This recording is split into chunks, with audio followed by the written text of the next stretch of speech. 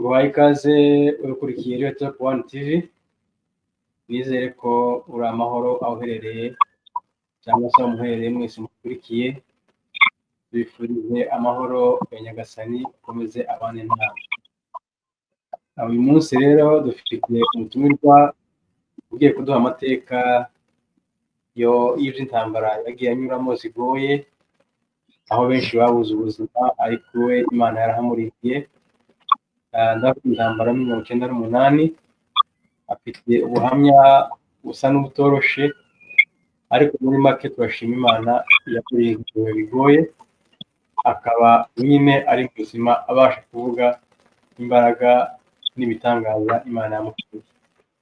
Reka tumuhereze ikaze abakurikiye, namara atubwira amateka n'ubuhamya bw'ukuntu Imana yamurinze muri situation itari yoroshe yarari. Reka tumuhe ikaze atwibutse. Yes, urakoze my friend Muhirwa kubwo kwemera gukorana ikiganiro natwe. Ndizera ko abidusabye ko tubikora kandi natwe tubona ari ngombwa mu rwego rw'amashimwe, kandi ntabwo ari bwa mbere, ariko kubera ko tuha cyane agaciro amashimwe y'Imana yakoze. Mu by'ukuri hari benshi bagiye babidusaba, ariko muri iyi platform numvishije ari byiza bikurikiranye, nuko numva amashimwe y'Imana ntawareka kuyavuga. Niyo mpamvu reka tubanze twibwire abatwumva. Amazina nitwa Rutwa Fidel, ndi umuhungu w'umunyamurenge. Amazina nayo, papa yitwa Ndagiro, iwacu ni mu Minembwe, ariko cyane nakuriye muri Byura, ariko no mu Minembwe ndahazi, nabahaye for short time. Ubu ngubu nkaba ntuye mu gihugu cya Kenya, niho tubarizwa kubera impamvu z'intambara, nyine kubera impamvu z'amateka yagiye aba menshi, tuza kwisanga muri Kenya kubera nyine impamvu z'intambara. In short, nuko nitwa, sinzi niba na mu Kinyamurenge wenda kuba twumva dukunda kwibwirana mu muco wacu. Ngende umuhungu w'Abahinda, kaba umwishwa w'Abanyabyinshi, ndetse ndanubatse, ndi umupapa w'abana 4, kaba umukwe w'Abagorora mu nzu y'Abatuganyi. Yes, mfite abana 4, abahungu 2 n'abakobwa 2. Ndumva en terme de présentation ndumva ntako ntagize. Yes, Urakoze vraiment kutwibwira no kwibwira abadukurikiye. Antuka wakoze muri kote zose nyine uribwirana uko umuco wacu ubikora. yes. Uyu munsi nagize ngo tubwire amateka y'intambara mwagiye mubamo muri ya 1998, uko ari umuntu twakoranye ikiganiro numva kuvuzemo ko mwabanye kandi mu bihe bigoye cyane, kuko ubuhamya bwiwe numvise buri tushe cyane ukuntu. Ndavuga ati nzagushaka kuko yavuze ko we mutari kumwe muri prison, we wari ku ruhande rumwe n'abari ahandi. Ndavuga ati nzagushaka ninkubona utubwire wewe ko byakurekeye n'ukuntu wabashe kuva iriya wari uri ukaba wisanga aho ngaho uri ubu. Ubwo rero watubwira muri make iriya wowe intambara yagusanze uri hehe exactly? Okay. Bwana Muhirwa, ndizera ko nashoboye gukurikira ikiganiro mwakoranye. C'est un grand ami à moi, en King Alpha, utuye muri aho ngaho muri Canada. Nakurikiye ikiganiro cyanyu. Jos Clark kuko abivuze niyo motivation wayisugira na curiosity yo kugira ngo wenda wumve natwe ivy'Imana yadukoreye, kandi si bibi. Mu by'ukuri ndizera ko abantu benshi bafite amashimwe menshi um, amashimwe akenshi dushima mu bibi no mu byiza, kuko wabyumvishije Alpha yabikubwiye. Nakoze buno buhamya mu kiganiro nakoranye n'umusore witwa Willy kuri afite channel yiwe yitwa Menya Amateka. Yes, nawe yabidusabye ko tusangira n'abantu ubuhamya. Dizera ko ubuhamya bwubaka abantu d'une manière ou d'une autre, soit kubizera Imana bishobora kubafasha beaucoup plus kumva ivyo Imana ikora n'imbaraga z'Imana, bigatuma byubaka umuntu umwe. Buryo ubuhamya akenshi tibutagetinga abantu benshi. Hari uwo ubuhamya busanga muri situation bikamwubaka, kimwe n'umuvugabutumwa yabwiriza abantu benshi ntibafashwe umuntu umwe akaba ari gufashwa. Rero Alpha mwakoranye ikiganiro, c'est un grand ami à moi, twabanye namenye ubwenge d'ailleurs, sanga tubana na Alpha muri Bzura, twari tuye muri Bzura yitwa kwa Kabogora. Kabogora ni nawe chef wacu muri Bzura, ni twebwe twabaga centre. Ni naho nashoboye kwigira amashuri y'ibanze na secondaire igice kimwe. Donc Alpha tugenda nuvuga ngo ni inshuti, c'est un ami. Twabanye muri chorale, ndetse twabanye no ku ishuri aho twitaga ngo ni Ivyu Institut Vyura, tukunda kwita ngo ni Ivyu, ariko yigaga imbere yanje, c'est un grand frère. Turakomeza, urabizi amateka y'ubuzima azagenda dutwara hirya no hino.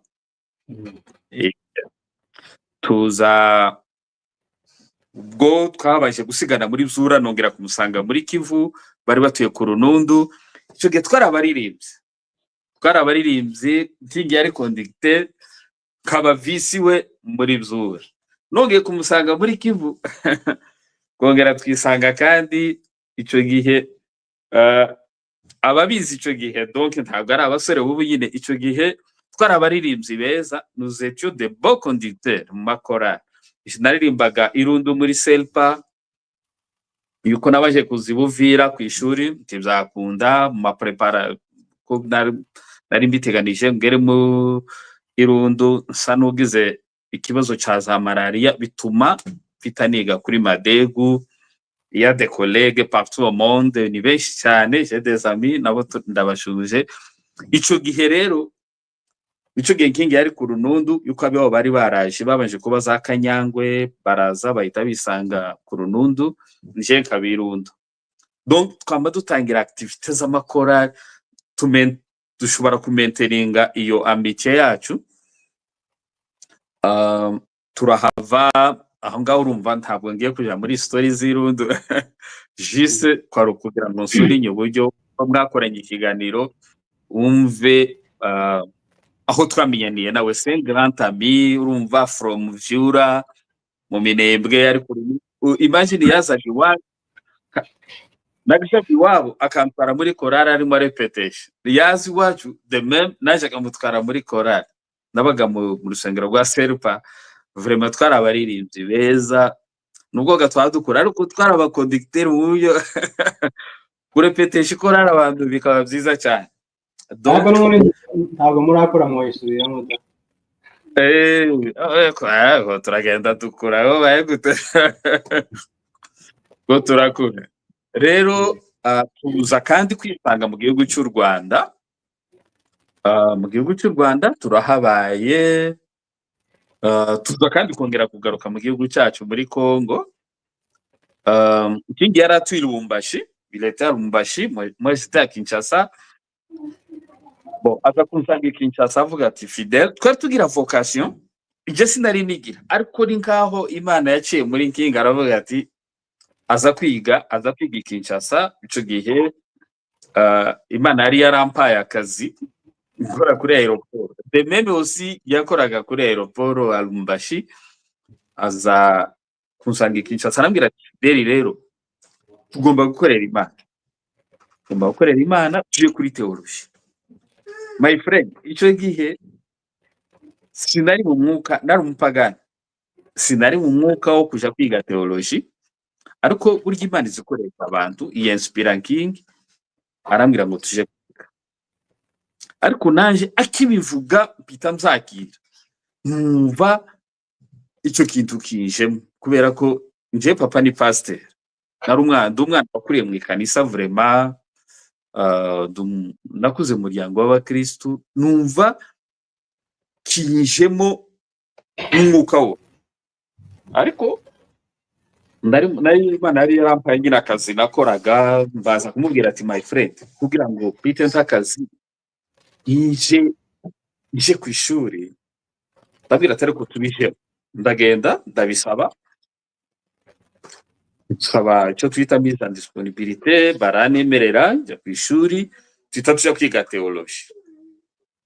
Tugiye turimo twiga theology, nicyo gihe sinzi aho nahereye story, ndizera ko ndahera story ahantu nyine haba hari nk'ubuhamya cyane, icyo Imana yadukoreye niho cyane nibanda, ko ubuhamya bw'umuntu waba uri targeted ahantu runaka. Nari umunyeshuri twigaga ku ishuri rya theology, dans une faculté théologique, kandi twari tubifitiye vocation. Ariko icyo nshaka kukubwira ni iki, kubera ko umuntu yakoze ubuhamya, sinizera ko ndi bugende subiramo mu byo navuze, ushobora kubuvuga sous une autre forme kugira ngo ubuhamya buza bugira parametre nyinshi de même, ariko ndaza kuvuga iby'Imana aho yadukishije n'ibyo yadukoreye.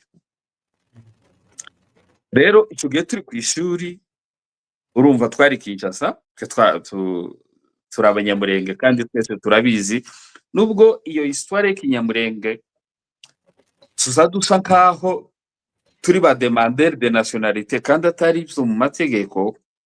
Nous sommes des Congolais de souche, ariko kubera abantu de mauvaise foi bakunze kubera gusubira inyuma cyane, baza bashaka kubinterpreta mu bundi buryo, ariko la nationalité n'est pas la faciès. Ntabwo nationalité ihabwa kubera ukusa, nationalité ihabwa kubera duru ufite n'icyo itegeko nshinga riguha. Rero icyo gihe King amaze kunsanga Kinshasa, twaratangiye twaranabanaga no mu nzu, nyina sharinga vision, naje ndayakira, tuje kwiga. Ariko tugiye kwiga, turiga nyine koko vraiment byari byiza, yari ikintu cyari kishaje ku mutima, ariko nyine kubera impamvu tugenda duhura nazo kugeza uyu munsi, haza kuba ibibazo by'intambara. Icyo gihe hari mu 1998. Icyo gihe communauté y'Abanyamurenge, y'Abanyarwanda, Abarundi ndetse n'Abashi, abantu cyane bavuga nk'igiswahili, muri Est bazadufata twese nkaho turi kimwe. Kinshasa batwita ngo bino nyose ngabo z'Abaswahili, ngo mwebwe mwese anto muri Est, iyo bavuze ngo bino nyose abatu ya Est bazatwita Abaswahili. Twari communauté zisabana, Abanyamurenge, Abanyarwanda, Abarundi, donc ibintu vraiment dusabana, discrimination yari ihari. Ariko urumva uko twari Kinshasa twese abantu bari muri domaine zitandukanye, twari abanyeshuri, abandi bari mu tuzi dutandukanye, hari abari muri administration publique, hari abari aba étudiant, abandi bari basirikare, abandi bari ba businessman, abandi bari aho bashakisha ubuzima mu zirimo cyangwa se mu yindi. Donc icyo nshaka kuvuga, hageze mu kwezi k'umunani, hariho abantu nyine, urumva icyo gihe hariho abasirikare b'u Rwanda basubirayo, abandi bari mu bucuruzi, bari abanyeshuri basigaraho, natwe twari ku ishuri dusigaraho, ariko ibintu twasigaye aho bimeze neza. Twasigaye aho ngaho ibintu ubona nkaho les rwandophones batabumvaga neza. Ariko muri politiki y'igihugu ku maradiyo bashobora kubwira abantu ati no, abo mubona basigaye ce ne sont pas des Rwandais, sont des Congolais, n'abakongomani. Timubakereyeho insécurité. Urabizi bariya bene wacu bagira imyumvire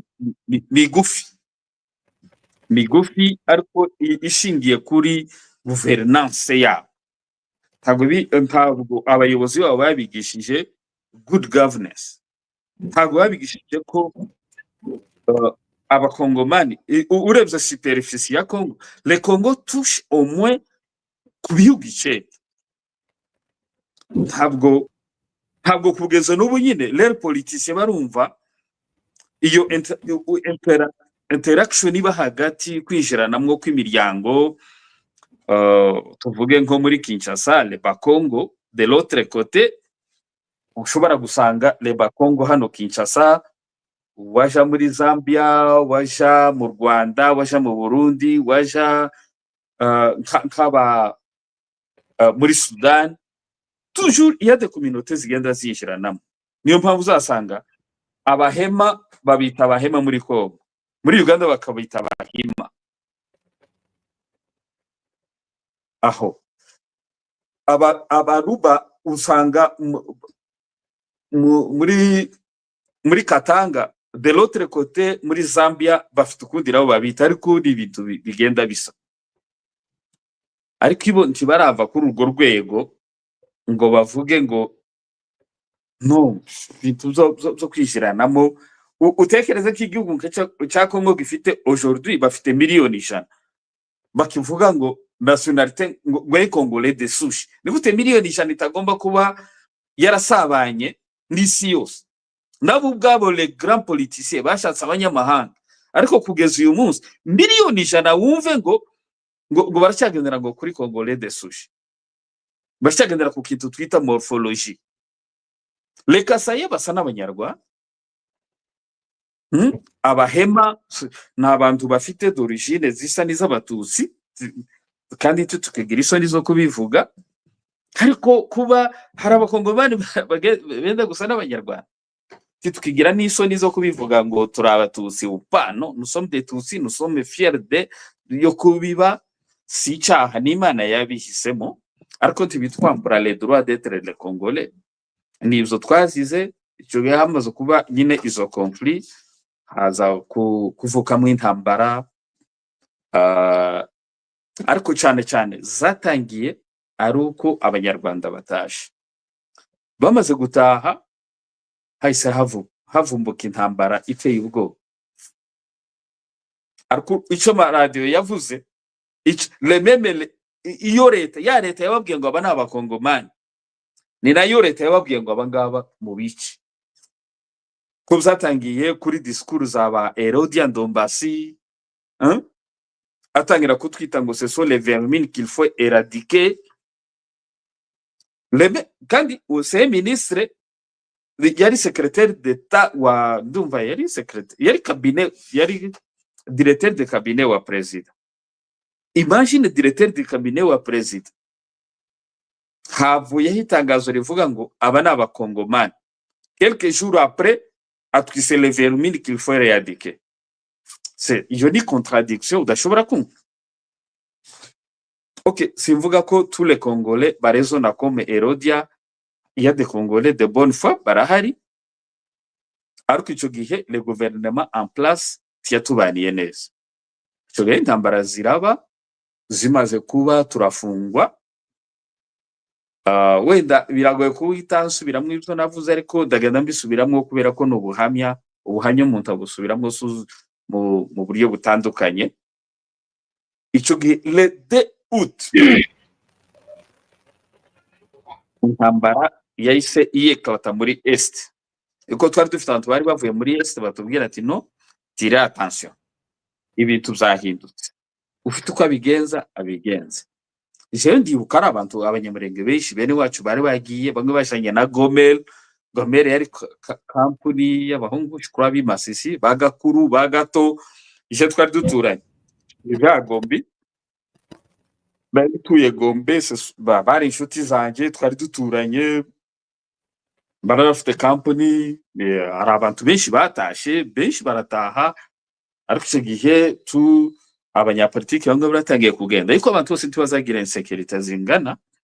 Bamwe bari batangiye kugenda kubera nyine umutekano wari umaze kuba muke. Abasigaye aho hari hasigayemo abantu nyine mu buryo tuvuge ko uyu munsi abantu bari Goma bose ntibaravayo. Hari abakicyumva yuko nubwo hari intambara tujuru ba patient nuko byari bimeze. Natwe turi muri iyo kadere twasigaye aho, ariko dusigaye aho ibintu ntibyari bimeze neza.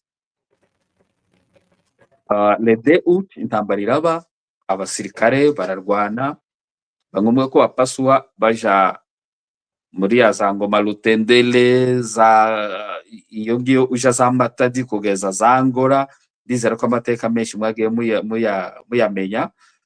Le reste twari Kinshasa, twebwe twibwira inama njera mugenzi wanje, ariko icyo gihe twiha inama turavuga ati kame turacyafite chance yo kuba twogera nk'ahantu tukabikisha ibintu bimwe by'ingenzi twari dufite. Ariko mon frère, le climat yari imeze neza, climat yari imeze neza pe. Ndibuka twabanaga mu nzu, twabanaga n'amahungu bamwe, umuhungu w'abadahurwa witwa ba Fidel, n'undi muhungu w'abadahurwa nanone witwa David, nawe yarapfuye. Fidel sinzi ahantu ari, je crois qu'il est en Équateur cyangwa ya Kinshasa, simperuka amakuru yiwe, ko n'umuhungu w'iwacu wo muri Bzura, twarabanaga umuhungu wo kumuramza muri Bzura. Senami nawe ndetse yaraje, ni naje bamwakiriye iwanje turabana. Rero tubaho umunsi w'intambara. Bo je nakingi niho nibanda cyane parce que niyo twari dusangiye field de domaine, twanuze des étudiants twiga, turavuga ngo tugenda ahantu turebe ukuntu twaba nk'ababitse ukuntu tumwe tw'ingenzi. Twabanje kuja kwa Pasteur Kawata, ariko Kawata abona situation était vraiment tendue, atubwira ati mes chers frères, ahantu bimeze neza, yuko n'umwe Kawata yari umupasiteri ariko uziranye na communauté y'abanyamurenge, cyane na communauté y'abarwandofone.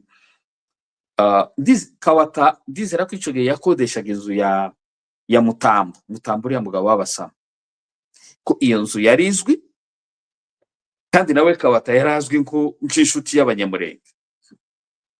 Aratubwira ati okay, vraiment Kawata yari afite ufa yo kutuhisha, ariko twanamuganirisha turavuga ati hariyo Pasteur Bob Kalonji, tumubwira n'undi mupasiteri. Aratubwira ati okay, hano c'est plus dangereux ni muhaguma. Arabahamagara baza badutwara kuwo mupasiteri wa mbere. Ariko mbere ko tuhagera twaraje turaza tuzamuka tuzamuka Mbinza twaciye Montfleri tuzamuka. Iyo ugeze Montfleri hariho inzira ebyiri, inzira ica ku nzu ya perezida, hakaba n'indi nzira ica inyuma kuri kugira ngo ni Hotel Okapi. Tuhagaze baraduhagarika, ariko bamaze kuduhagarika deja nous étions des techniquement twari tumetrije Iringara, Igifaransa, on pouvait bien s'exprimer quoi, parce que kandi urumva twari tumenyereye twarabakanditse ahantu ukura na daje ukavuga atanga ngomba kuhikura. Titwanahatinze twarababwiye bahita basa n'ababyumvishije, turagenda turakomeza. Tugeze pene nicyo gihe gatwamanitse tuja kwa Kawata sinibuka ndaga twaraharaye, je crois. Urumvaga yana amateka Mosheri ashize imyaka myinshi. Nicyo gihe twavuye kwa Kawata tuja kundi umupasiteri naho tuhageze, naho hatangiye kuba ibintu bisa n'amakenga. Umuryango we ntibabyumvikanaga bose kimwe, notre présence là-bas bose ntibabyumvaga kimwe. Nicyo gihe yahamagaye notre recteur witwa Bob Kalonji.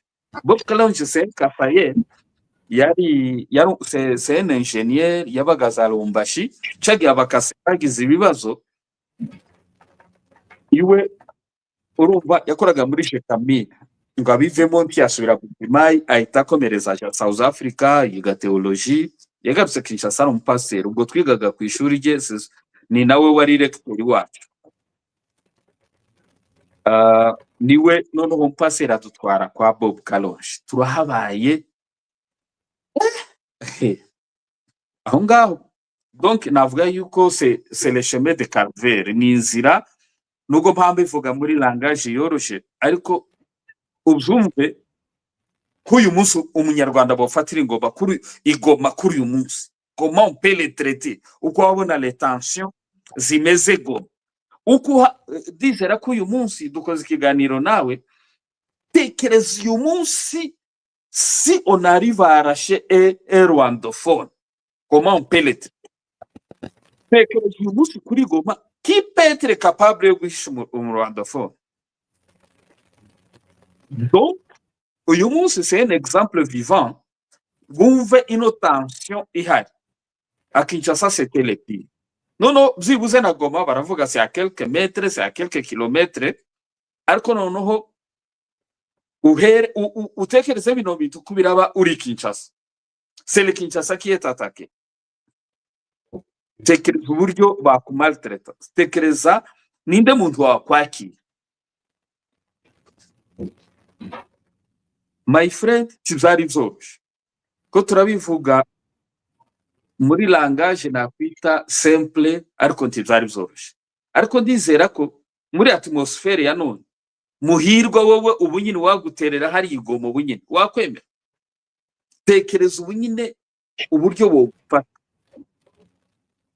nuko twari tumeze batugesheje kuri o paseri wa Bob Kalonji bo abantu b'Imana vraiment Imana izibigisha umuntu uzi Imana agira ukuntu yumva ibintu hari n'igihe yiyahuriraho igisasu burya Imana izi gushira nk'umutima wigufuka ikamikura nk'umutima w'inyama nawe izambona yuko ari nk'Imana yamuvugiyemo yemera kudufata adushira mu idari gakunda avuga mu Kinyarwanda ariko ni muri plafond kugira ngo wenda bazumve idari adushira hejuru bwidari noneho aho ngaho twahagiriye ubuzima butoroshe twamaze mu idari kurara sinza nibuka neza akunda yamwe nk'ibyumweru nka bitatu sinibuka neza yuko ico gihe hariho amacouvre-feu hanze twinjira mu nzu nta muntu wari ubizi sauf umugore wa pasteur na recteur wacu nyine uwo Bob Kalonji ariko bigeze aho umukobwa yarabimenya ndibuka umukobwa yaraze agafata nk'imyenda yuko twinjira muri chambre niho twuriraga tukaja mu idari imagine urumva yarashite imyenda twari dufite urumva yari imyenda bakayifura iwe kaduhiye baribuka nambaye training ziwe ni nazo nuriranye hejuru tekereza abantu babaga hejuru mu idari aho mukorera les besoins pas les grands besoins ntazo twakoze ariko les besoins zindi twarazikora muri ibi bikopo bizamo nido nibyo yaduhaga hejuru haba amasaha runaka tukabimanuka kandi akayemera wenyine kubifata akabimena muri cyo mu by'ukuri tuba tumwifuriza umugisha w'Imana kandi turizera ko abana b'abantu ntituza tuba reconnaissant ku rwego ariko umutima Bibiliya ivuga ngo celui qui sonde le cœur niyo Imana izimenya ariko umutima wacu ndizera ko uri reconnaissant nubwo le matériel tutaramubera reconnaissant ariko one day Imana izabikora kandi niyo tutabikora umugisha tumwifuriza ndizera ko Imana izabimukorera ushoboye kuduhisha tuva mu idari tuvuye mu idari cyo gihe hari amacouvre-feu ndagenda mbivuga ku bugufi ugeze igihe abantu abakozi mu rugo, abana. Noneho kubera ko bari batangiye nabo kugira ubwoba bavuga ngo no, umuntu dusangana abanyarwanda, no serema turica abanyarwanda, nawe turamwica. Urumva bikereya esprit de panique mu rugo, bituma ariko ico gihe no ku maradiyo bari bakoze nk'ikintu bavuga ngo abanyarwanda bose mubazane ngo leta irabaproteje, ariko c'était une façon yo kubica. Ariko nyine babi avansa gutyo, icyo gihe pasiteri yadufashe aravuga ngo reka dutange, abibwira ofisiye w'umupolisi wasengeraga mu rusengero rwiwe. Urusengero rwiwe rwitwa Logos Rema, ruri kuri avenue du 24 uzamuka uja Bandari, juste usohoka uvira hafi na lycée Molière. Aho ngaho utiwe mbese niwe wayoboraga naho, amaze kumva ayo makuru, kubera ko yari afite umufisi wasengeraga mu rusengero rwe, aramubwira ati mfite abarandofone bari iwanjye, ariko ce sont mes étudiants, niba hari ukuntu mwabatwara nabo bakaja muri iyo site ya protection bari bakoze. Ariko yari site juste yo kugira ngo bapersuade abantu bahishuke, bamenyemo aho bashobora kwica, nabo bashobora kwereka amahanga ko babaproteje. Naho ngaho icyo badufashe, ndibuka baraje, nari nicaye ku idirisha kuko twabaga turi mu nzu. Ico gihe twari tumaze kuva mu idari, dusigaye twaramenyereye mu nzu. Ndibuka uwo munsi yagiraga akantu k'ibitabo byinshi muri salo, kuko wabona hano mfite ibitabo turimo dusoma na King. Ndibuka twarimo dusoma igitabo ariko tuganira, ngiro nari ku idirisha tubona abantu barishije. Abati bari abantu ntabwo ari abantu, turavuga ati aba ni abantu baje kudutwara tu. Icyo gihe madame pasiteri ahita aduhamagara avuga ngo baje kubatwara, aratwicaza, araduha instruction, aratubwira ati mugiye kugenda ariko mureka gusenga. Turasenga, ariko aratubwira ati muragiye ko aho mugiye tuzi bizakurikira. Abapolisi baraje, ntabwo bigeze batugire nabi ngo badukubite. Bamaze kwinjira turicara, ariko vraiment umutima wavuye mu gitereko. Mosher, umutima wavuye mu gitereko, kubera ko twarebaga ibya bikorerwa hanze. Paseri yarazaga akatubwira. Ndibuka mbere ko tuva aho ngaho muri urwo rugo, ndibuka onatante yo kuhava, tugeze gushakisha kuja muri ambassade turi kwa Kawata biranga. Tugeze gushakisha kandi turi aho tugura utugofero kugira ngo tuje muri ambassade ya Etats-Unis. Ndibuka niyo cyane yari targeted kuri twe, ko niyo yarimo nakira cyane, tibyakunda uko deja kubaza Kinshasa twari ipe, kandi ipe hari inzira kandi ambassade zari Gombe. Numva ambassade ziri Gombe, ama residence menshi abari Mbinza Mofleri, gutyo nyine iriya quartier yose y'abakiri. Ariko urumva aho twagomba kuja ni Gombe, kandi ni kure. Kuba hazi Kinshasa hari umwana ugomba kuvuga ngo umanuke uve za ipe, umanuke ugomba guca za Kankokoro, ugomba guca za ziriya nce zose, ugere za Kitambo, Magaze, n'ahantu impeccable, nta hantu wari guca hose y avait des barrières. Donc ntizari gukunda, nabo bakatubwira les barrières no serema turishira muri danger, nawe turamwishira muri danger. Donc duhitamo kugira ngo twishishe mu rugo. Ubwo kwa paseri urumva twabaye mu idari numero 3, ariko umuntu w'Imana haba nijoro tugasenga, tukaganira ijambo ry'Imana, akaduha vraiment ijambo rya fermissement rituma tudapanika cyane. Uriya n'umugabo uzi ijambo, nunza mukurikira kubera kumukunda, izakunda no gukurikira ijambo ry'iwe y'amabwiriza. C'est un homme de Dieu kandi c'est un kasaye. Usico gese yo bari bafite pouvoir bwo nyine. Ico gihe twarahabaye, tupanta kuja muri ambassade biranga, hashize igihe nico gihe uwo munsi aho naringeze abapolisi bashega barinjira bamaze kwinjira baratubwira ati twaje kubatwara ariko deja madame pastor yari yabitubwiye ati yeme baje kubatwara ariko aho mugiye nawe byari au-delà de son contrôle byari bimurenze hey mon cher arigihe mbitekereza nkicara nkavuga ati Imana ibaho kabisa burya abantu bazi Imana suku yake nk'umukiza ariko arigihe kwiyeruka ukavuga ngo no mbonye Imana live uwo munsi nabonye aho twenga umupolisi waje kugufata nawe mugasengana madame pasteur yaravuze ngo dusenge turasenga nuko barasenga ariko nkareba uko nza abakongomani ukuntu bemeye ngo dusenge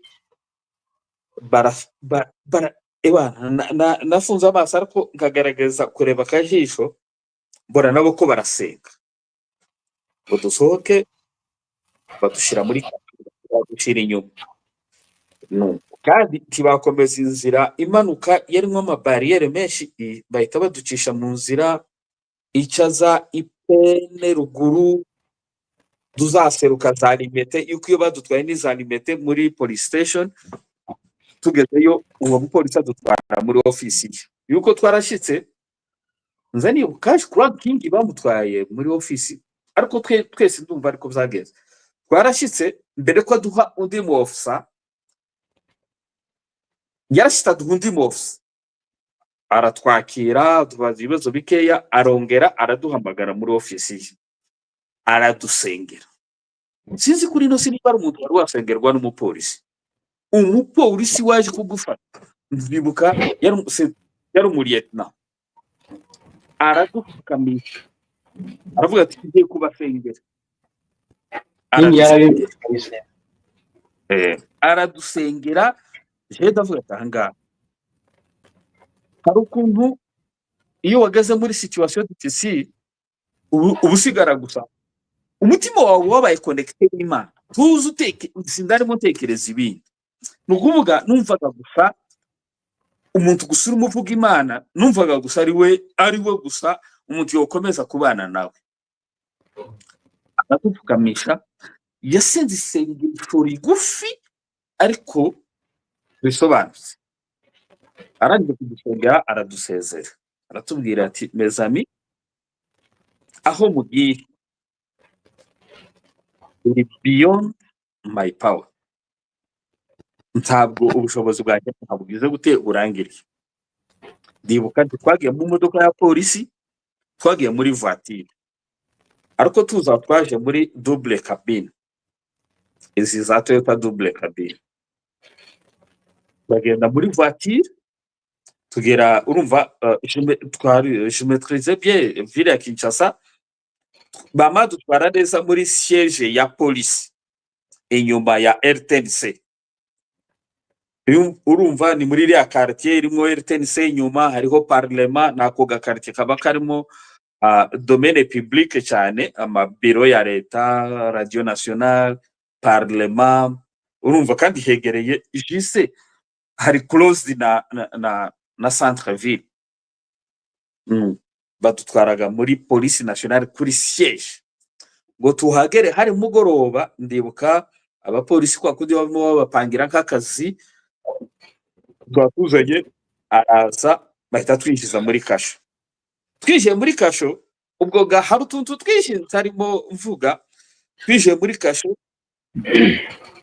twangamo harimo umuhungu umwe w'umuhutu nakandi kana kagako umuhungu mutu twabonanye bwa mwijoro hashize iminsi shikwa ariko akandi kana kagakongomana twasanzemo haratubwira karatubaza ngo bino boza banane ngo bino boza barwande ati te biso twaba kongole ati naho aratubwira ati naho tala bino na biso za gane boza barwande bande ko na bino bazalaki ya babuma bango ati bene wanyu bari hano babishe kandi ko ndabarenkabona aho mugenzi wanje kingi we afite kantu kakazuru nyine nkakarekare kuri jewe urumva ese ndaguciye mu ijambo yego muri iyo traje muje aho ngaho muri iyo kasho niho bari bagiye gukuramo bayonete bagiye kwitera King. Oya ntabwo ari aho ngaho. Aho ngaho twari tuvuye Limete muri polisi, urumva twari tuvuye Ipen tuja Limete muri polisi. Uwo mofisa yaduhaye abandi abaro batuzana noneho mu kigo cya la police nationale, ni muri Etikote. Aho ngaho twahabaye sinzi aribuka iminsi, ndibuka twaharayemo iminsi 3. Iyo twashazamwe akana katubajije icyo kibazo aho naringeze, karatubaza ngo bino baza barwande, ngo bande kuna bino bazalaki yao babu mabango. Ndibuka azana utu tunyobwa kakwa kundi kumushitsi icyo umusanganye kwa kundi ushobora kwinjira mu nzu y'umuntu akakubwira ngo icyayi cyangwa akabaye ku handi mazimano, aduha nguba ubunyobwa ati bori yagangubat. Ariko ndibuka twaramubashije tese abandi babishe ti yaba ngo bayakana butukozwa bango pe bakiyo kubuma bango. Tubayaho ndibuka shize k'iminsi nk'itatu baradusohora. Kwa kujya baba bakora nka control y'abantu bari muri kasho, baratubaza ibibazo ngabingahe barongera basubizamo. Washira indi minsi ntakicibuka neza basha kudusambisha. Ndetse aho twibwira yuko bagiye kuturekura. Naho ibintu byakomeye bagiye kutwohereza muri Kampokoro, kandi Kampokoro niho hari ameze nka abattoir. Umufisa aratubwira ati iyo mugiyega c'est fort possible ko bagiye kubica. Naho niho badufunze, nyine baradufunga twita recommande. Aho niho twahuriye n'akandi gahungu k'Akanyarwanda na gahungu k'Agahutu urumva mu buryo bakicasa barimo bazuba abantu bose bavuga Ikinyarwanda. Nubwo tuvuga ngo Abahutu Abatutsi bose nkunda kubivuga cyane, ariko ni ikintu cyaje nyine mu mitima y'abantu. Ariko twese turi bamwe, twese twari victime. Hari Abahutu bafu ariko Abatutsi twebwe twari targeted, twari cible, ariko nabo barapfuwe mbese n'abafurere. Ubwo baradufata baradufunga. Ndibuka tugiye kugera kuri avenue nyine umuhanda uva Gombe uzamuka uja Bandari, numva ni 24 avenue 24 je crois, uvuye muri centre ville ari umuhanda uzamuka uja Bandari. Tutibutsemo yuko urawambuka ukigahita wijira muri Kankokoro. Noneho akaba ari imodoka yari imanutse, baratubona mu modoka bahita bayihagarika. Twebwe bahita baduhagarika, bahita badufata baduterera muri iyo modoka. Aho muri iyo modoka niho bari begiye guterera bayonete King. Njyewe uwankubise yankubise aha ku kibuno c'imbunda, namambona marasa arasimbutse nk'ahariye. Ariko bamwe bakadisita ngo butika ko buma bango. Nuko aho ngaho baratureka, baravuga ati turabica n'ubundi kubera iki mushaka kubicira mu modoka. Kubera ko bari batwasaba abapolisi bari badutwaye muri Kankokoro. Tugera muri Kankokoro baratuzamukana hejuru, baradusambisha.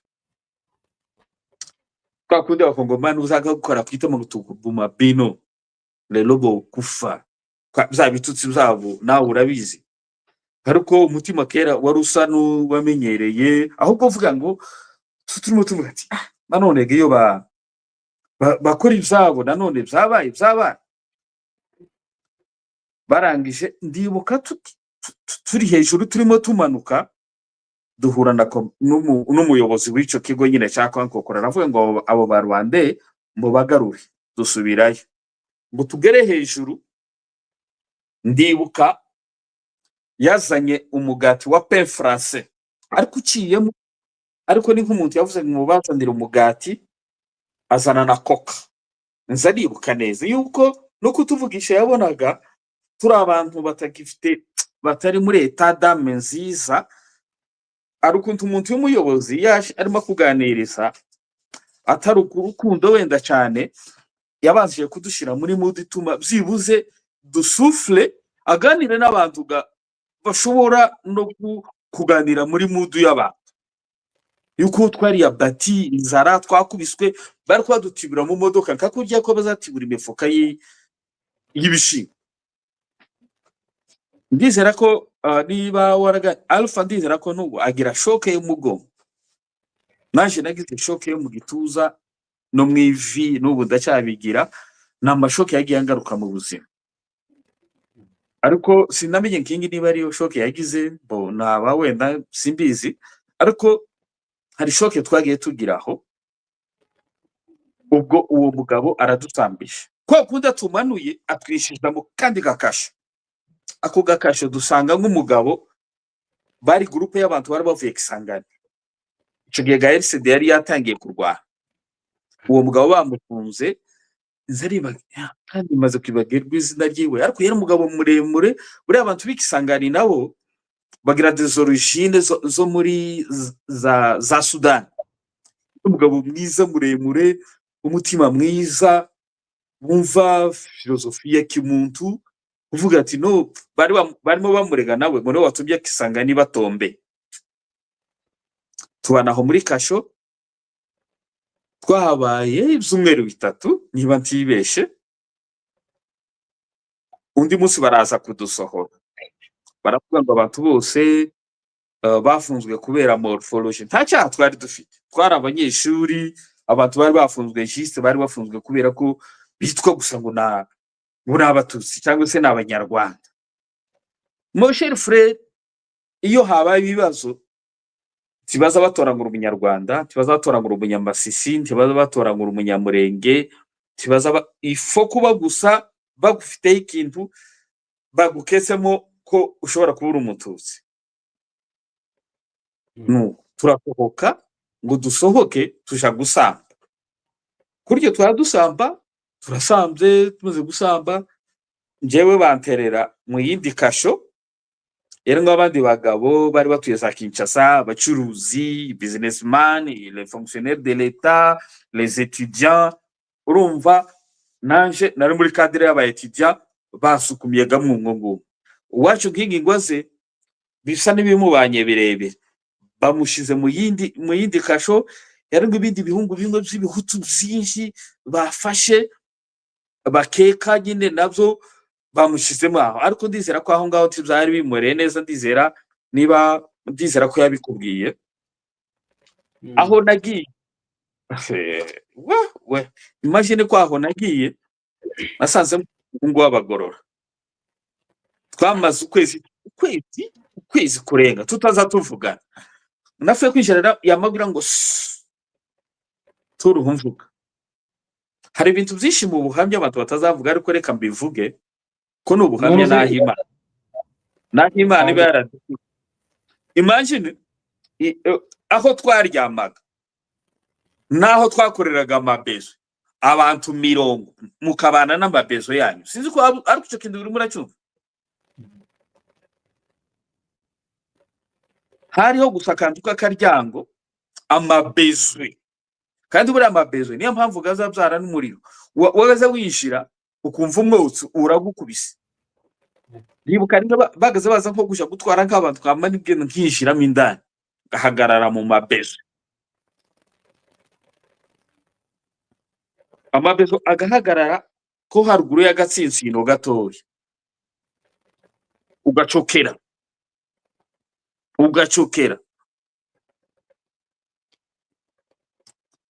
Ico gihe twasanze umuhungu w'umufurero witwa Papi, nawe wari mutanga abantu cyane. En face hariho n'abanyamurenge benshi nibo bafiriye. Ukoga baratuzanaga, uwo basunitse muri iyi kasho, uwo basunitse muri iriya. Ku ruhande hariho abandi bagore bari batuye muri za Kinshasa, Bakabibi, Badera, abandi bagabo bari batuye aho muri Kinshasa, ko bagendaga bazuwa abantu. Hariho n'imiryango like n'abajya bakera bose bari baraho, ariko ibo bari nyine mu yindi cadre. Ndibuka Adera yanzaniye amazi mu icupa. Iri cupa rya Rwenzori ko nari maze igihe ntoga nishima, ndambwira ati niba ufite ibiryo bikeya ariko mbere kuzandira ibiryo uzanira amazi. Ndaza mfata akantu kari kameze nk'akayeshime ndihanagura, ndangije kwihanagura azanira n'uturyo. Ariko icyo gihe baradusohoraga gake bakadukubita ngo ni icyayi, ibyo ni birebire. Nuko turahabaye ngo habe umunsi umwe ibyo Imana izikora, uko gatwara habaye aho nabanaga n'abandi bagabo ngo ni ba Kigeli b'Abanyarwanda b'i Masisi, bari abayobozi bamwe bakora mu makampuni atandukanye, turabanaho bo harimo jewe. Ni ukuvuga ngo muri iyo periode yose ni ukuvuga ngo bipade kwa manje. Oya, twararyaga ariko nabi zo gufata ku mutima, ariko abagabo twabanaga aho ngaho hari ukuntu bari bafite amafaranga, bagaturira abagarde bakaba botuma nko hanze bakazana nk'umugati, isukari, tukaba twotoba amazi y'isukari tukanywa, cyangwa se bakaba botumiza nk'ibiryo. Ariko hari ahandi muri yakashora kubera twamenye n'umugabo w'Ikisangani, ningi bamaze kumutwara muri iyo kasho yuko nayo nabaje kuyibamo, kandi nza nibuka yagaza atumanyurira umutsima, nti yagaza arya wenyine. Icyo gihe ni nacyo gihe twagaze twumva kuri Radio France agafungura, nabwo tugafunguraga nka saa 8 z'ijoro, tugafungura Radio France cyangwa se Africa numero 1 yo muri Gabon. Urumva iriya ce sont des chaînes francophones zivuga mu Gifaransa, nizo twumvaga za Africa numero 1 za Radio France, tukumva amakuru, tukumva avancement ya RCD. Icyo gihe ga RCD irimo iravansa. Icyo gihe ndahabamva muri iyo niyo yindi ndahabaye igihe kinini. Habaye umunsi umwe dimanche ko ndagendagamo incamo story ni ndende nti wabivamo. Habaye umunsi umwe ari ku cyumweru, ariko icyo gihe mbere kongeraho nicyo gihe bene wacu bamwe bari mu yindi kasho, nicyo gihe bari babishari benshi. Iko ivyabaga bakongumani gati begira ibanga, uzamabwira ngo bandeko na bino tobo mibango, ngo bino peto ko buma bino kubaragiye babiciriyo babatamuza gaz climogène. Nuko turaturagaho umve ko ari si byinshi novugaga umunsi ku wundi titwobivamo. Habaye umunsi ku cyumweru, urumva ku cyumweru abantu bose babagiye muri weekend zabo mu kuruhuka, akazi activité ziba ziri normal mu buryo busanzwe. Nzari bukari ko mu masasi hafi saa 8 niyo tubona imodoka irishi, bama basohora yakasho yose, bari basanye liste baravuga ati mwese bino nyoso ka baronde bino nyoso bomata kurira mu modoka. Naje ndavuga je kugwa hamwe na kuna hamwe n'abandi badutwaye kuri cour d'ordre militaire. Shite kuri cour d'ordre militaire nahasanze umuhungu w'Abarundi witwa Pasfi, ubungubu bishikura ke ari Kigali. Moshike iwe namusanze arambwira ati ntumvugishe kwiwe, yari yavuze yuko ari Umurundi, yamababwira ngo nje ngibo ngo akorana na ambassade y'u Burundi, bamamufata nk'Umurundi. Urumva yari afite case twavuganye aho ngaho, naho nahakubise z'umweru bitatu. Aho hari ukuntu nari nziranye n'umwe muyobozi waho, arambwira ati sasa wewe aho kugira ngo bazaze bagutware service zindi zaziza gutwara abantu, ngiye kukohereza muri prison centrale. Nico gihe nagiye muri prison centrale, ariko aho naho nahuriye n'ubuzima butoroshe kabisa. Ariko byibuza aho ngaho ni mu butabera, nta gukubitwa, yego nti woryo uko bishaka, ariko barageragezaga. Bukeye banohereza muri prison centrale.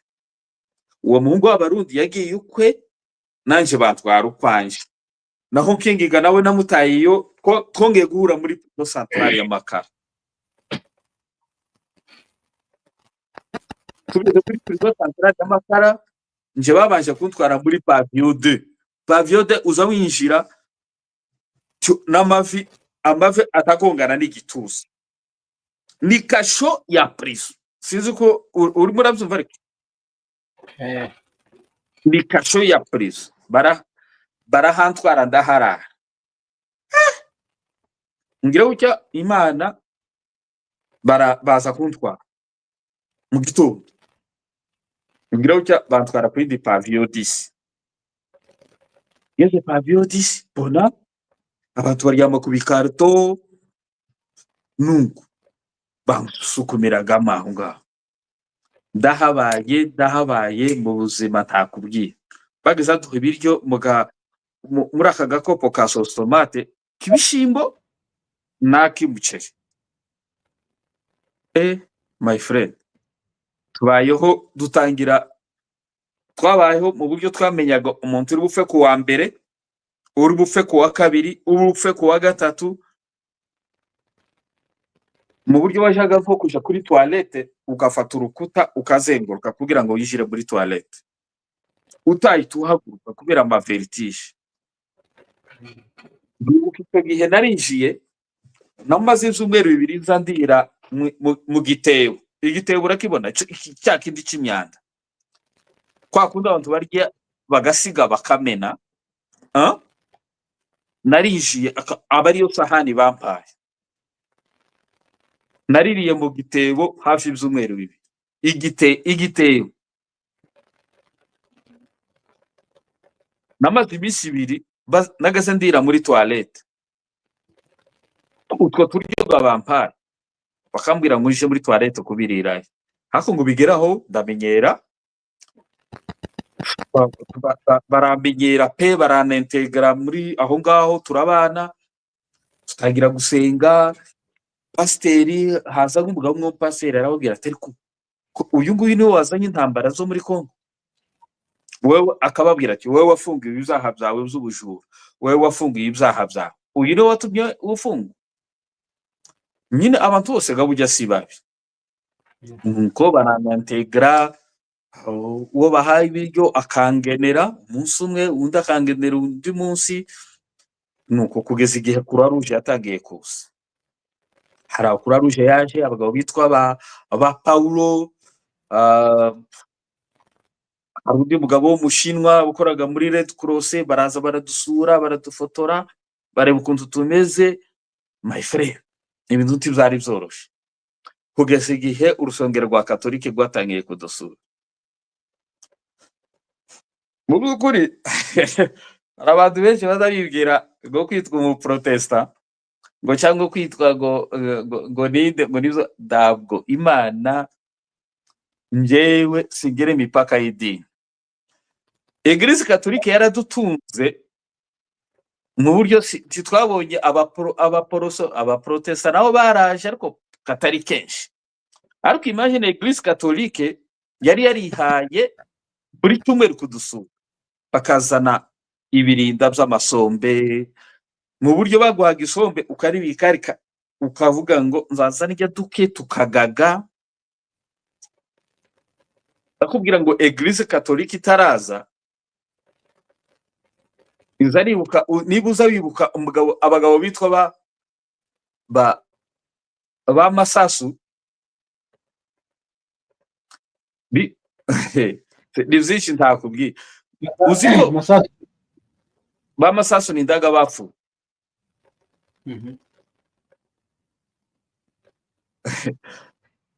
Uziko bigeze kokesha imbeba ibikarto barayijya. wowe wareka nawo hirya n'ubu nyine ibibazo byabaye wayirya. Twabaye muri byinshi, ni ukuvuga twageze mu buzima butari ubw'abantu. Tubayaho mu buzima nza nibuka wenda ni byinshi ntavuga. Tubayaho Croix Rouge itangira kuza. Icyo gihe tuva kuri ka gasari ka sauce tomate batangira kuduha undi muceri utekesheje amamesa gusa, ariko bongeraho n'akantu gatoya, mbese nk'agasahani. Muri iyo minsi icyo gihe King yamenye amakuru, icyo gihe King urumva yamenye amakuru aho ngaho mpamaze nk'amezi nk'atandatu. Naho wa muhungu w'abarundi nawe witwa Pacifique nawe baramuzanye afungiwe hejuru yanje. uwo wa Pacifique se umwe nabonye wakoranye ikiganiro na Willy n'ubundi sinzi amenye birashoboka yitwa Pacifique. Yes ni muhungu w'abahondo niwe yarafungiwe hejuru yanje ngo buce ibo barabafata. Naho mbere ko abatwara King yabaje kunsura naho yamenye amakuru. Naho King yagiye yabaye umuvuga butumwa. Abakogomana n'ukuntu bemera abantu nyine bavuga ijambo ry'Imana ngiraho cyambo na serutero biti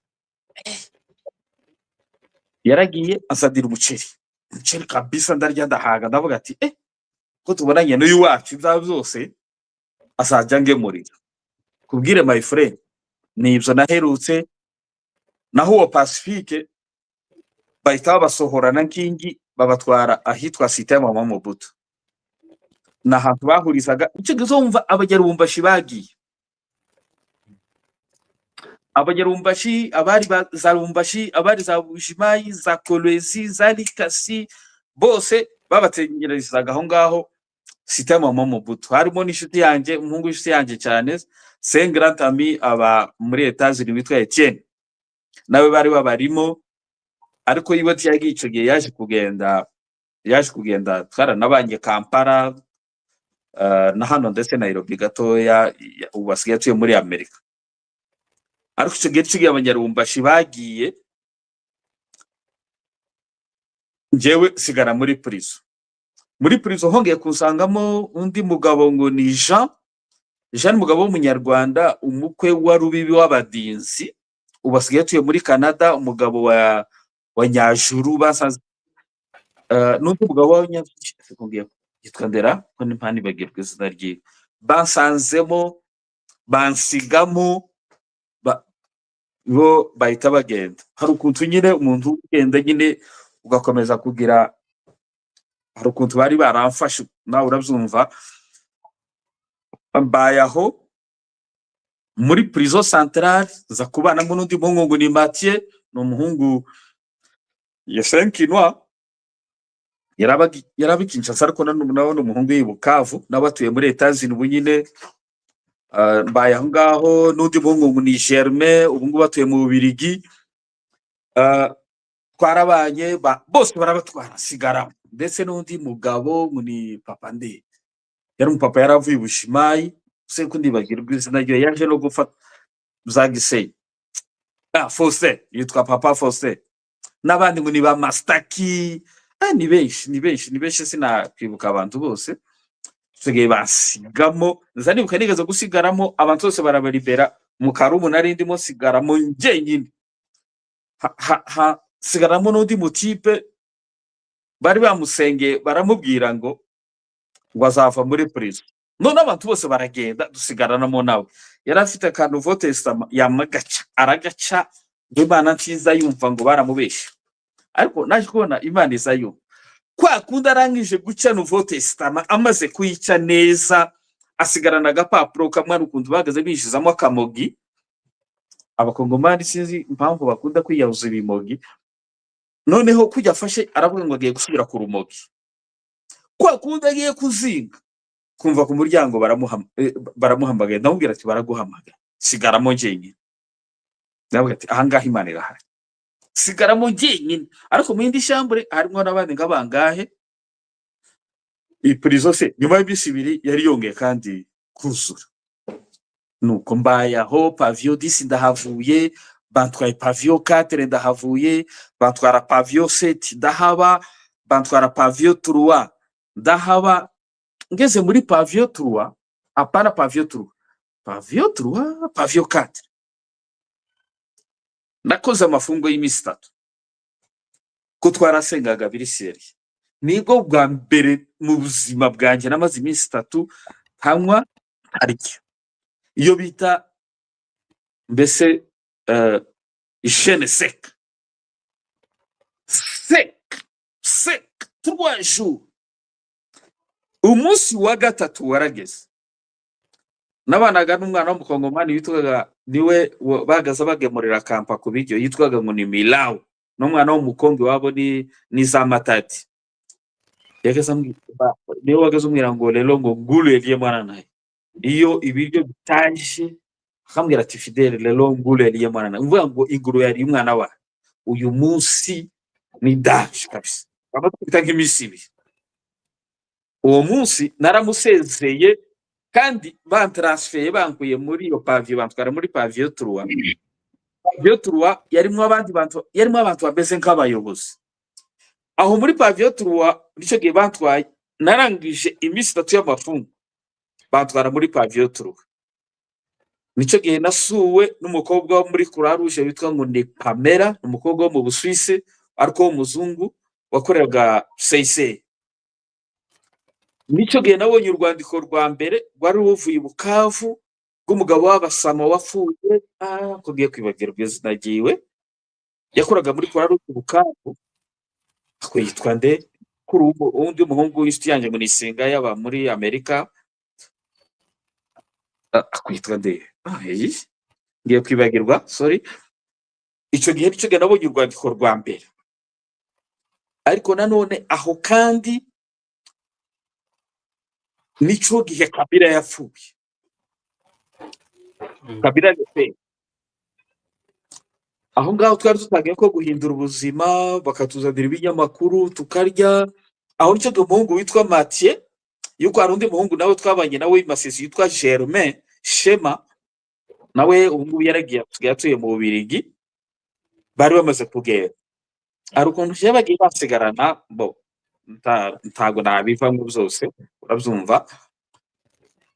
Icyo gihe muri pavio 3 Kabila arafa, ibintu bamabongera barahamba guhamba neza neza, turongera dusubira kandi mu buzima butari bwiza. Ariko byafashe kw'izumwe bwa bitatu, bari abantu b'abayobozi baraho baratudohorera, bariko urumva je ndari umuntu uraho. Nico gihe umuhungu witwa Mathieu yari yasigiye ipasi, ngatera ipasi ngakoropa ariko nkabona ibiryo ngakorera ibiryo baho mu bice baratransfera bantwara muri pavio 8. Noneho pavio 8 yo ikaba muri top class.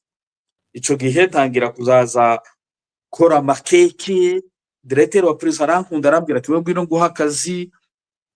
Aho ngaho rero niguse niho inzira yo kubohorwa. Aho ngaho naho nahambaza. Ico gihe ga uwo n'umwaka wa 4, my friend, uwo n'umwaka wa 4 nzanibuka haje umukuru wa Human Right arahansanga, umukuru wa prison witwa Dido araza arambwira ati Fidele, tise uyu munsi haje umuntu wa Human Right, uri tayari kuvuga ibibazo cyane? Umwaka wa 4 wari wamaze, ariko famille izi kuri izaho. Ico gihe naratangiye, bari batangiye kubimenya yuko hari undi mu grand frère witwa ubu ni Professor Jean-Jacques yari mu Bubiligi, n'undi data wacu witwa Coco yari muri Amerika. Nzanibuka banohereje n'amafaranga yuko Croix Rouge uwo muhungu, uwo mugabo w'abasama wakoraga muri sisi yaranafuye cyagihe abagabo batatu bapfuye barimo baje mu Minembwe, simba nibuka izina gabo sinzi ukuntu izina ryanibagiwe. Ico gihe Professor Jean-Jacques yari mu Bubiligi n'undi mugabo mwene wacu, ndibuka baravuganye, zaribuka ari amafaranga banohereje makeya. Urumva abantu kubera uwo mugabo wakoraga muri Croix Rouge, buriya Croix Rouge zifacilita abantu igihe cy'intambara, communication, guhuza imiryango, ikaba yobwira Croix Rouge umuntu witwa uyu arafunzwe. Uwo mugabo ndibagirwa izina ryo arakorera aza kuza. Ico gihe Fabien yari imaze kumenya amakuru. Donc ndaho muri pavio 8 navuye pavio 3, ndi muri pavio 8 ntangira kuzaza kora makeki, kagurisha n'itabi. Sinza nk'itabi, ariko nararigurishaga kubera ko ryari rifite isoko, abantu bo muri gereza bakunda itabi. None nkagurisha itabi kugira ngo mbeho. Ukagurisha gute udasohoka? ko ari kura urumva nje nakoraga mu gikoni tugasha guteka amakeke kandi Dido directeur aparasi wo wari tumaga warinzaniraga ariko abakozi ariko nk'ibi byose urabizi ko bishoboka mu kubiti idolari 3 agahita kuzanira ibintu by'idolari 30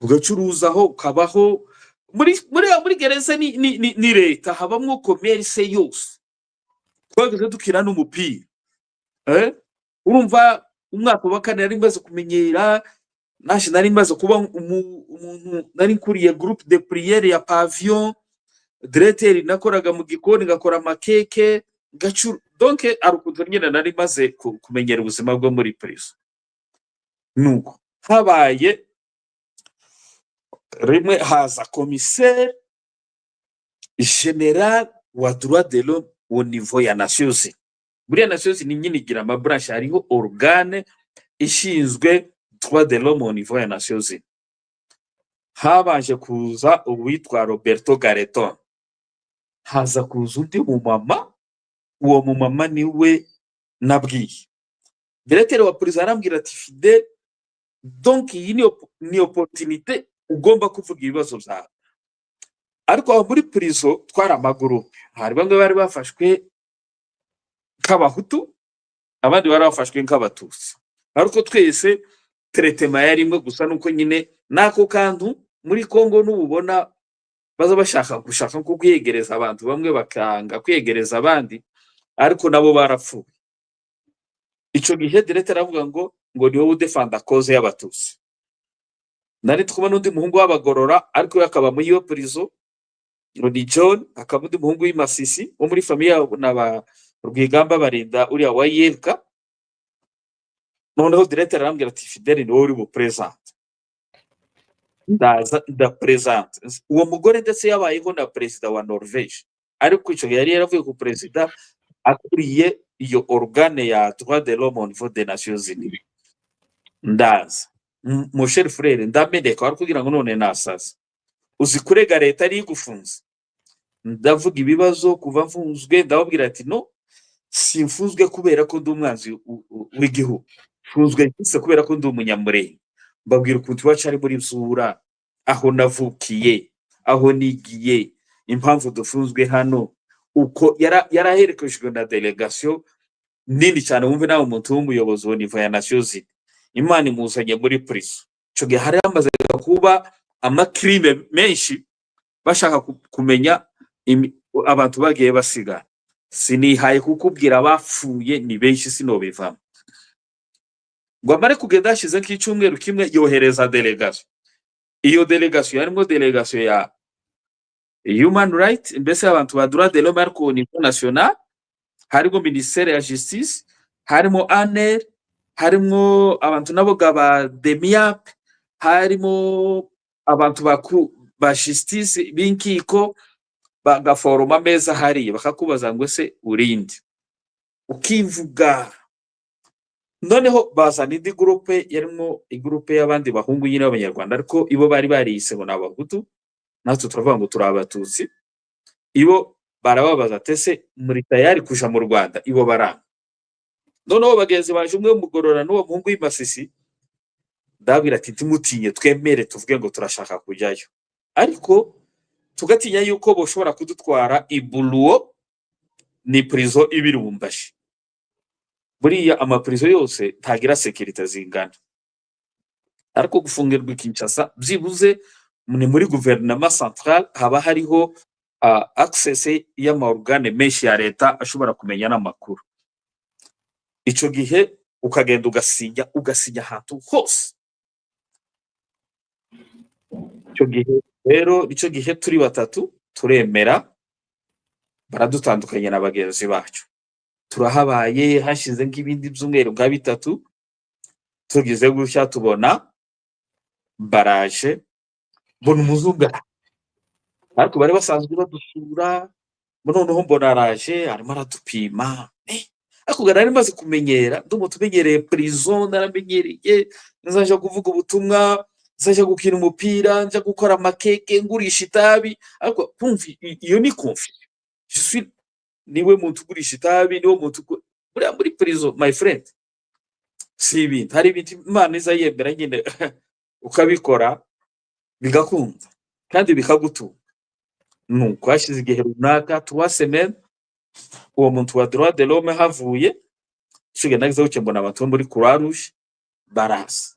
Iyo umuntu yavaga muri gereza n'induru zavugaga, ariko kubwije ukuri nasaga n'urota, kwa kundi biriya umuntu yasaga n'urota. Ngira gutya araza umunsi umwe mbona karampima metero, karambaza andi madetaye atara. Croix Rouge bagaze baza bari barambujije kuvurwa ngo batera urushinge, ibo bonyine nibo bagaze batera urushinge. Croix Rouge yazagamwo team irimo abaganga, irimo abantu b'abasociale bameze nk'abapsikologe, bakakubaza, buri muntu akakubaza, yarangiza kukubaza udakakubaza akagusingereza n'umuganga akakubaza ngo araho uribwa, akamubwira ati maze iminsi ndibwa mu nda, akansigira imiti yibanze, akanambwira ngo iyi ni iy'umutwe, umunsi uzarwara umutwe ibiki, iyi ni iya diare, iyi ni nuko tubaho muri ubwo buryo. Rero habaye uwo munsi mbona ko baradupima, aratubwira ati ariko mwitegure mushobora kuva muri prison, ariko tituzembere. Twavuga ati kwa kundi babivuga ugasanga bagutwaye mu yindi prison, wenda Irumbashi cyangwa se za Matadi.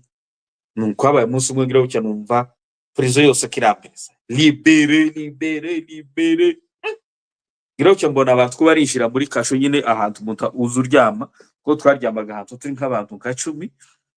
Aho ngaho nari sigaye ndyama kuri matera, ubuzima bwari bumaze guhinduka naramenyereye. Kazamo numwe karatorera ikabutura, undi agatorera icupa ry'amazi ngo Fidel yoza libere. Nananiwe no kwambara imyenda abandi nibo bayinambise, ngo manuke gutya muri koridoro mbona bagenzi banje babiri. Abatangaha ibintu byakomeye. Iriya prison yahigira amakorido pavio, nikakujya niba warabaye mu Rwanda nikakujya uzubona CHK. Mbese prison na amapavio hasi no hejuru. Mbese ko akunda amapavio nyine ngo iyi ni pavio y'abarwayi, iyi ni pavio. Iriya ni nako bafunga abantu bikurikiranye n'ibyaha, aboroheje, abakrimineri, ibiki, donc babafunga bikurikiranye na gravité y'icyaha cyaho. Ngira cyo mbona abagenzi banje umwe bari yarafungiwe he undahi, naje nari muri pavio witi ico gihe. Ngire gutya mbona naho uko barazamuka barasohotse, nari mfite akagenda nandika nk'utuntu verset biblique, ama adresse, inshuti, directeur dido ngambona aravuga ati mfite iyi agenda tuyitwara. Ushobora kuba nanditsemo abantu bakugiriye nabi, yamayifata yamayicara ati ntugira ngo naje ndayisigaraye. Sohoka ibagirwa la prison, tu vas faire ugiye gukora une nouvelle vie, utangiye ifaze y'ubundi buzima.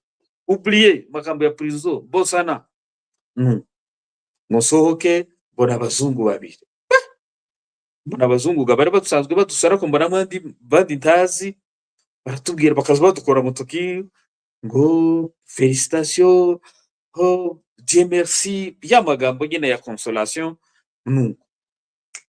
Batukubise muri amarandi kuruza, turasohotse ngo tugere hanze, bahagarika imodoka, batwambitse indi myenda, batubajije kumumva meze gute mutima. Njeda tugiye Irumbashi cyangwa tugiye bita tugenda no kuri aeroport Injiri. Tugera Injiri tugeze tuja muri ya ma formalite yo muri aeroport ntayo twagiye, twese tugenda no muri tarmac. Ibo bonyine abazungu babiri baragenda batusigira undi muzungu ahagaze aho, twinjira muri jet. Tugenda tugera mu kirere tubona mbwira bati tugire Irumbashi. Nta imani dufite ko twova. Umuntu atangira guteka ngo kini kirere cy'Isangani, ngo hani kirere cy'Igoma, turakibuka Igoma. Je ndabwiye ati mureke mve mu Goma. Ico gihe ga RCD yari yarafashe biriya bice byose baranga ngo ya ngo mwebwe ni destination Kigali. Nuko turagenda ni Kigali, n'ibindi gabi Kigali tuba twagezeyo baratwakira reti. Zari uko munsi baratwakiriye naraye nywa amata gusa buraca nuko yoga n'indi vi dutangira indi vi wenda mbaye aho turintegera muri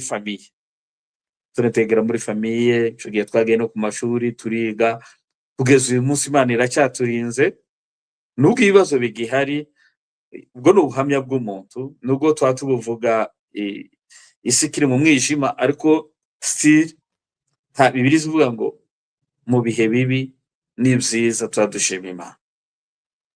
Rero in short ubwo nibwo buhamya wenda ikindi gihe hari ibindi tutaravuga ariko tuzavuga igihe Imana izakora ibindi murakoze Bwana Muhirwa.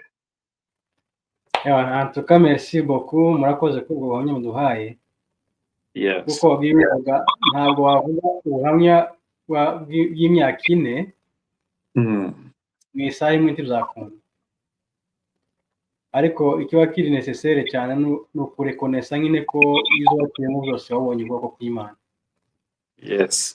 Ko numvise nyine mu magambo yose wagikoresha wagiye urekonesa ko atari imbaraga zawe cyangwa imbaraga z'abari utekereza bakomeye ni Imana kandi Imana ikoresha abantu ufite so stavu noneho yo kumenya ko abo bantu bakugezeho ari Imana yabakoresheje. Mu by'ukuri turashima Imana nubwo turi mu bihe bigoye hari n'abandi bapfuye muri cya gihe yani igihe cyari kigeze ariko kuba mwebwe mugihari mu by'ukuri turashima Imana. Imana ariko turishimiye sinzi nimba hari irindi jambo wavuga yenda kuba ari mu maprizo cyangwa se kuri situation zi happening for now hanyuma dusiganira mu by'ukuri icyo navuga ni ukubanza kubashimira kuri mwebwe mwatanze iyo platform yanyu mukemera ko tuvuga ibyo Imana yakoze. Mu by'ukuri ni byiza kandi turacyabivuga titurabirambirwa tituragera aho twumva umutima wacu ubaye vide tuvuga amashimwe y'Imana ariko kandi nanone no kubwira ubwoko bwacu mukomere. Iyo urebye amateka y'abana b'Isiraheli bagiye mu bunyage inshuro nyinshi inshuro 3 zikomeye cyane ariko ubu nyine n'ubwoko bukomeye buri strong turi strong quelque soit umugani wa Faransa bavuga ngo quelque soit la longueur de la nuit le soleil apparaîtra. Après la pluie c'est le bon temps. Nuvuga ko ibihe ducamo iyi ni passage oblige. Wenda hari ibyo twigira muri ibi bihe icyo twenda twavuga ni ugusenga Imana idukomeze umunsi umwe tuzavugira amashimwe noneho iwacu one day kandi turizera ko bizaba. Mu by'ukuri mu gukomeza kubwira n'abari mu maprizo hirya no hino ndabizi ko bene wacu aho muri twarahabaye twabonye ukuboko kw'Imana aho uri simbizi nuko wenda wagira chance yo kubona ubu buhamya.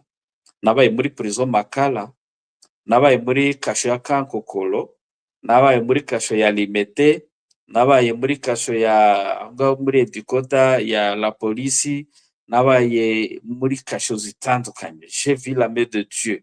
Twabonye ukuboko kw'Imana n'ibindi. Mu by'ukuri sinagiye in deep y'ibintu byinshi ariko twabonye ukuboko kw'Imana. Imana izigera ni muhengeri. Abafunzwe hirya no hino tuzatubasengera.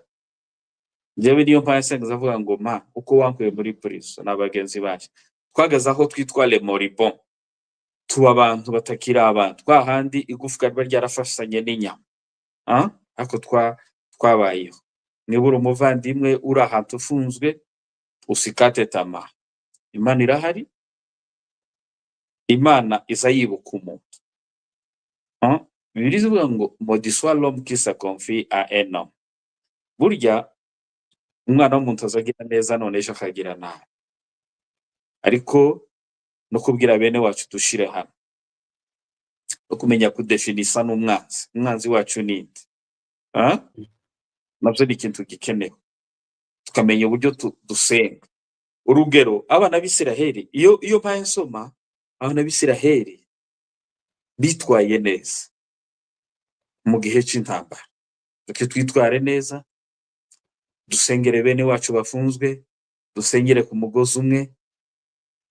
Bibiliya ivuga ngo iyo abantu bashize hamwe, ngo bakunama, ngo bagasenga Imana, ngo Imana iri mu ijuru ngo ize yumva gutaka kwabo.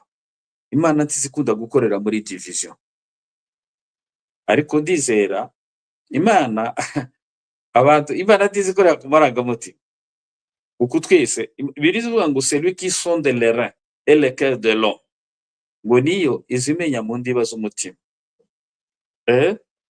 Mu by'ukuri nico navuga, tubashimira, twumve dusengera iwacu, dusengera ubwoko bwacu, dushire hamwe, Imana izayumva iri mu ijuru.